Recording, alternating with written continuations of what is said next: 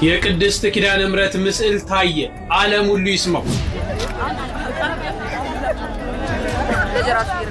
ተመልከቱ ይህንን ተአምር። የቅድስት ኪዳነ ምሕረት ምስል በዛፍ ላይ በቆላ ድባ ከተማ ላይ ታይቷል።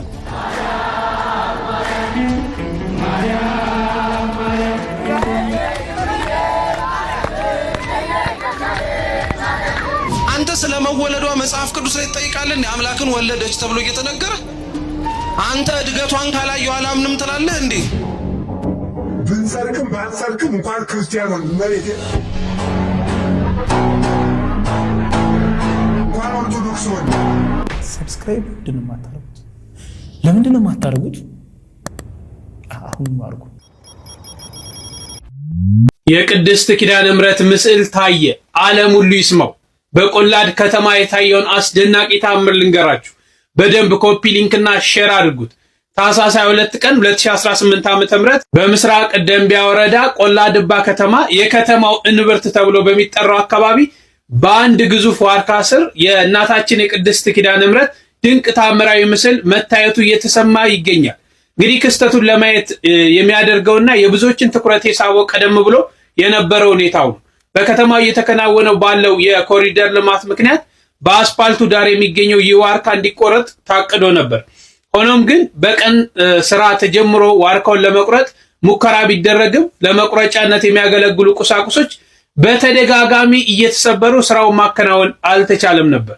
ሰራተኞቹም ነገሩ አልሆነ አለ በማለት ትተውት በሚሄዱበት ሰዓት እንግዲህ ከጥቂት ሰዓታት በኋላ ማለት ነው አመሻሽ ላይ በዋርካው አካል ላይ የቅድስት ኪዳነ ምሕረት ድንቅ ምስል ተገልጦ ታይቷል ማለት ነው። እንግዲህ የከተማው ሕዝብና ከአካባቢው የመጡ ምዕመናን በቦታው ተገኝተው ይህንን ድንቅ ተአምር እየተመለከቱ ይገኛሉ። ምን አይነት እድለኞች ናቸው! ይህ የእግዚአብሔር ስራ እንጂ የሰው አይደለም በሚል ምስክርነታቸውንም እየሰጡ ይገኛል ማለት ነው። እንግዲህ ዛፉ ሊቆረጥ ሲል መሳሪያው አልሰራ ማለቱ የነገሩን ድንቅነት ያሳያል። አሁን ደግሞ ይህ እናታችን ተገለጠችበት ማለት ነው። ስለዚህ የቆላድ ከተማ ነዋሪዎች በርክተዋል። ይህንን ድንቅ ምስክርነት ለወዳጅ ለዘመዳቸው እያጋሩ ይገኛል። እናንተም ደግሞ የዓለም ሕዝብ እንዲሰማው ይህንን መረጃ ሼር አድርጉት።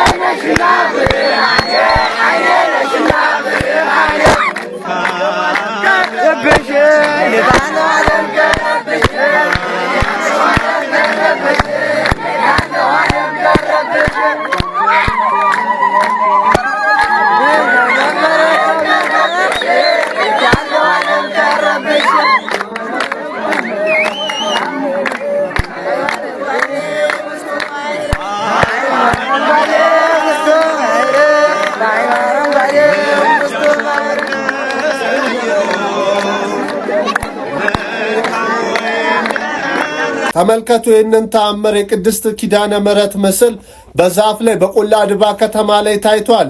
ይህንን ተአምር ዓለም ሁሉ ይስማ። በምስራቅ ደንቢያ ወረዳ ቆላድባ ከተማ የከተማው እምብርት ተብሎ የሚጠራው አካባቢ በአንድ ግዙፍ ዋርካ ዛፍ ላይ ቅድስት ኪዳነ ምሕረት ድንቅ ተአምራዊ ምስል መታየቱ ተሰማ።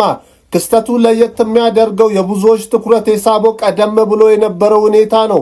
በከተማው እየተከናወነ ባለው የኮሪደር ልማት ምክንያት በአስፋልቱ ዳር የሚገኘው ይህ ዋርካ እንዲቆረጥ ታቅዶ ነበር። ሆኖም ግን በቀን ስራ ተጀምሮ ዋርካውን ለመቁረጥ ሙከራ ቢደረግም ለመቁረጫነት የሚያገለግሉ ቁሳቁሶች በተደጋጋሚ እየተሰበሩ ስራውን ማከናወን አልተቻለም። ለሰራተኞቹ ነገሩ አልሆነ አለ በማለት ትተውት በሄዱበት ጥቂት ሰዓታት ሳይሞላ አመሻሽ ላይ በዋርካው ላይ የኪዳነ ምሕረት ድንቅ ምስል ተገልብጦ ታይቷል። በአሁኑ ሰዓት የከተማው ሕዝብና በአካባቢው የመጡ ምዕመናን በቦታው ተገኝተው ይህንን ድንቅ ተአምር እየተመለከቱ ይገኛል። ይህ የእግዚአብሔር ሥራ እንጂ የሰው አይደለም በሚል ምስክርነታቸውን እየሰጡ ነው።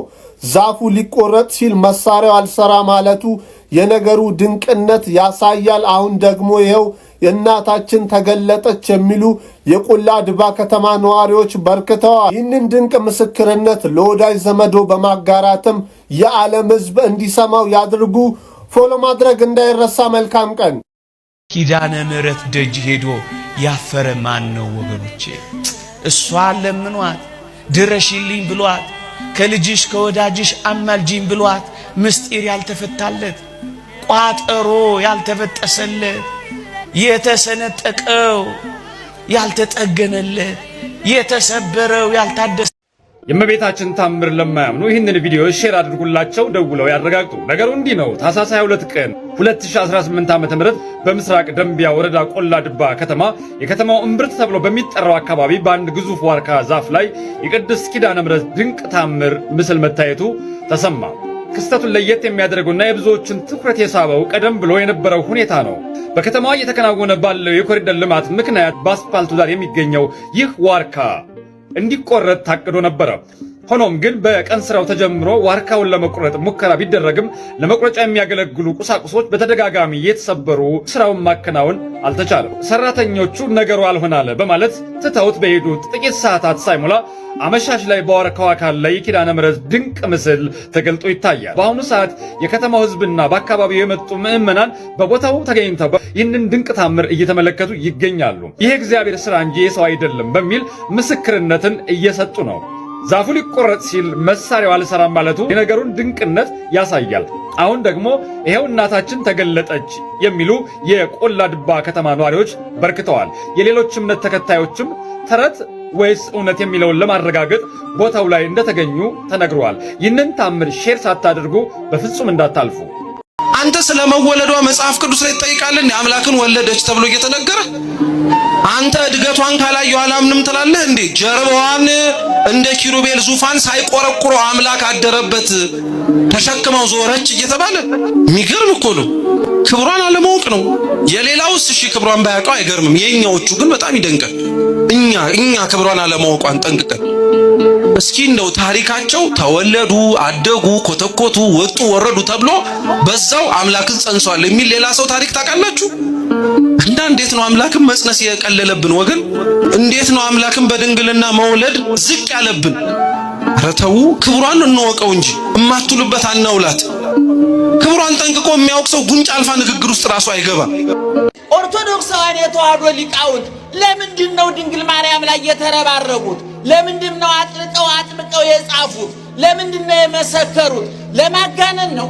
ለመጨመር ነው? ለገዛ ነው? ለበጎ አድራጎት ነው? አይደለም።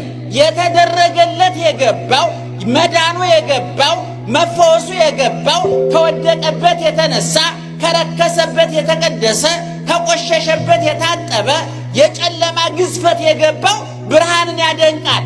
የሞት ግዝፈት የገባው ሕይወትን ያደንቃል።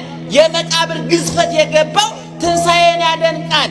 አዳም የተባረረበት የክብር ቦታ፣ የቅድስና ቦታ፣ የእረፍት ቦታ የሚናፍቀው ሁሉ ወደዛ ቦታ ለመመለስ ምክንያቱና የተገኘችውን ድንግል ማርያምን ያመሰግናል። ምክንያቱም ረቂቅ ቃል የገዘፈው ሕያው ቃል ሟች የሆነው ዘላለማዊ ቃል ጊዜያዊ የሆነው ምድርና ሰማይ የታረቁት ሰውና እግዚአብሔር የተገናኙት የጥሉ ግድግዳ የፈረሰው የለያየን መጋረጃ የተቀደደው በድንግል ማርያም ነው።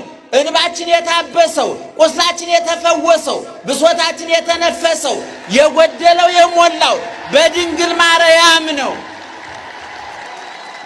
ኦርቶዶክሳዊት ተዋሕዶ ቤተክርስቲያን ሊቃውንት እነ ዮሐንስ አፈወርቅ፣ እነ ቄርሎስ፣ እነ አትናቴዎስ፣ እነ ኤጲፋኔዎስ፣ እነ ቅዱስ ያሬድ፣ እነ አባ ጊዮርጊስ ዘጋስጫ ኋላም ዘመን የተነሱት ብሔራውያን የኢትዮጵያ ሊቃውንት በቅኔያቸው፣ በትርጓሜያቸው፣ በጽሑፋቸው ሁሉ ስለሷ የተናገሩት የተደረገላቸው ስለገባቸው ነው። ምእመናን፣ ሰው ክርስትና ሲገባው ሁለት ነገር ይሆናል። አንደኛው የተደረገለት ይገባዋል፣ የተደረገለት ይሰማዋል፣ የተዋለለት ውለታ ይገባዋል። ሁለተኛ ምን ላድርግ ብሎ ይጠይቃል። በምን በየት አልፌ እዚህ ደረስኩ ብሎ ይጠይቃል። ወደፊት የሚሄድበትን ይገመግማል። ይህንን አስገራሚ ነገር ዓለም ሊመለከተውና ሊሰማው ይገባል። የእመቤታችን የቅድስት ኪዳነ ምሕረት ምስል በትልቅ የዋርካ ዛፍ ላይ እየታየ ይገኛል። አሁን ከሌሊቱ 6 ሰዓት ነው። ነገር ግን ይህን መረጃ ለእናንተ ሳላደርስ እንቅልፍ የሚወስደኝ አይመስለኝም። ታኅሳስ 22 ቀን 2018 ዓ.ም በምስራቅ ደንቢያ ወረዳ ቆልድባ በተባለችው ከተማ ላይ የከተማው እምብርት ተብሎ በሚጠራው አካባቢ ላይ እንግዲህ በአንድ ግዙፍ የዋርካ ዛፍ ላይም የቅድስት ኪዳነ ምሕረት ድንቅ ተአምራዊ ምስል መታየቱም ተሰምቷል። ክስተቱን ለየት የሚያደርገውና የብዙዎችንም ትኩረት የሳበው ነገር ደግሞ በከተማው እየተከናወነ ባለው የኮሪደር ልማት ምክንያትም በአስፋልቱ ዳር የሚገኘው ይህ ትልቅ ዋርካ እንግዲህ እንዲቆረጥ ታቅዶ የነበረ ቢሆንም ዋርካውን ለመቁረጥም ለመቁረጫነት የሚያገለግሉ ቁሳቁሶች በተደጋጋሚ እየተሰበሩ ስራውን ማከናወን እንዳልተቻለም ተገልጿል። ሰራተኞቹ ደግሞ ትተውት ከሄዱበት በኋላ እንግዲህ ከጥቂት ሰዓታት በኋላ አመሻሽ ላይ በዋርካው አካል ላይ እንደምትመለከቱ የቅድስት ኪዳነ ምሕረት ድንቅ ምስል ተገልጦም ታይቷል ተብሏል። የከተማው ህዝብና ከአካባቢው የመጡ ምዕመናንም በቦታው ተገኝተው ይህንን ድንቅ ተአምር እየተመለከቱ ይገኛሉ። ይህ የእግዚአብሔር ስራ እንጂ የሰው ስራ አይደለም በሚልም ምስክርናቸውን እየሰጡ ይገኛሉ። እናንተስ እንግዲህ በዚህ ድንቅ ተአምር ጉዳይ ዙሪያ ምን ትላላችሁ? ሀሳባችሁን በኮሜንት አካፍሉ። አጅበን መጣን ታቦተ ኩነን ብላችሁ ተቀበሉን። ተአምሩ ቀጥሏል። ጸበል ፈለቀ። የእግዚአብሔር ድንቅ ስራ በቆላ ድባ ከተማ ዳግም ተገለጠ። ትናንት ማታ በጎንደር በምስራቅ ደንቢያ ወረዳ ቆላ ድባ ከተማ በዋርካው ላይ የታየው የቅድስት ኪዳነ ምሕረት ተአምራዊ ምስል መላው ዓለም ሲያስደንቅ መቆየቱ ይታወሳል። አሁን ደግሞ ሌላ እጅግ የሚያስገርም ተጨማሪ ተአምር ተከስቷል። የእናታችን የኪዳነ ምሕረት ምስል በታየበት በዛው ስፍራ በአሁኑ ሰዓት አስደናቂ ጸበል ፈንድቶ ወጥቷል። ህዝቡ እየተፈወሰ ነው። በቦታው የሚገኘው ህዝብ በጸበሉ እየተጠመቀ ይገኛል። እግዚአብሔር በቸርነቱ ድውያን እየፈወሰ የታመሙትን እየዳሰሰ መሆኑ እየተነገረ ነው። በስፍራው ያለው ምዕመን በደስታ እልልታና በምስጋና ድምፅ አካባቢው ሞልቶታል። ዛፉ እንዳይቆረጥ መሳሪያ የሰበረች እናታችን ዛሬ ደግሞ ለልጆቿ ፈውስን አፈለቀች በማለት ህዝቡ ምስክርነቱ እየሰጠ ነው። በዋርካው ላይ የቅድስት ኪዳነ ምሕረት ምስል በግልጽ ታየ። ዛሬ ደግሞ ለብዙዎች መዳኛ የሚሆን ጸበል ፈንድቶ ወጣ። ይህንን የእግዚአብሔር ስራ ለዓለም ሁሉ እንዲደርስ ሼር በማድረግ ምስክር ነው። እንጨት መግደል አይችልም። እንጨት መባረክ አይችልም። መግደልና መባረክ እንድችል ለእንጨቱ ስልጣን የሰጠው ማን ነው? እግዚአብሔር ነው። እንደ ታቦቱን እንጨት እያልክ ነው ወይ የምትሉኝ ሰዎች፣ እንጨት ነው። ታቦት እንጨት ነው። ታቦት ድንጋይ ነው ይላል ጅል። አዎ እንጨት ነው፣ ግን የሚሰብር እንጨት ነው። ሰብሮ ይጥላል። ይኸው ዳጎንን ሰበረው። እንጨት እኮ ነው። የግራር እንጨት ነው ታቦት። ወቁት እንዲሁም ማለት የግራር እንጨት ነው። ከግራር እንጨት ታቦት ስራ አለው። ግን ኃይል ያለው እንጨት፣ ግን ብርሃን የሰፈረበት እንጨት፣ ግን ደመና የከበበው እንጨት፣ ግን እግዚአብሔር የባረከው እንጨት፣ ግን ወንዝ የሚፈራው እንጨት፣ ተራራ የሚንቀጠቀጥለት እንጨት ወሰዱና እንዴት እንዲህ ምን ሆኖ ነው አያ ዳጎን ብለው በበነገው ደግሞ ከፍ አድርገው እሱን አንስተው እንዲህ ይገርማል። ራሱ የሚወድቅ ደግሞ ታቦተ ጽዮንን ታች አድርገው ተገኘ።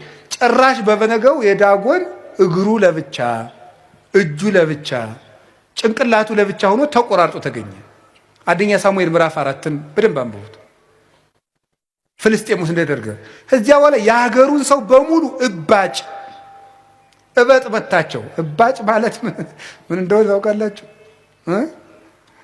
አዎ እባጭ ማለት የሰው ልጅ የመረቢያ አካሉ ግንድ ሆኖ አበጠ ማለት። መራመድ መንቀሳቀስ አቃተ። አይጣ ላይ ድረስ ነው። አረ ትሂድልን ይቺ ታቦት አሉ።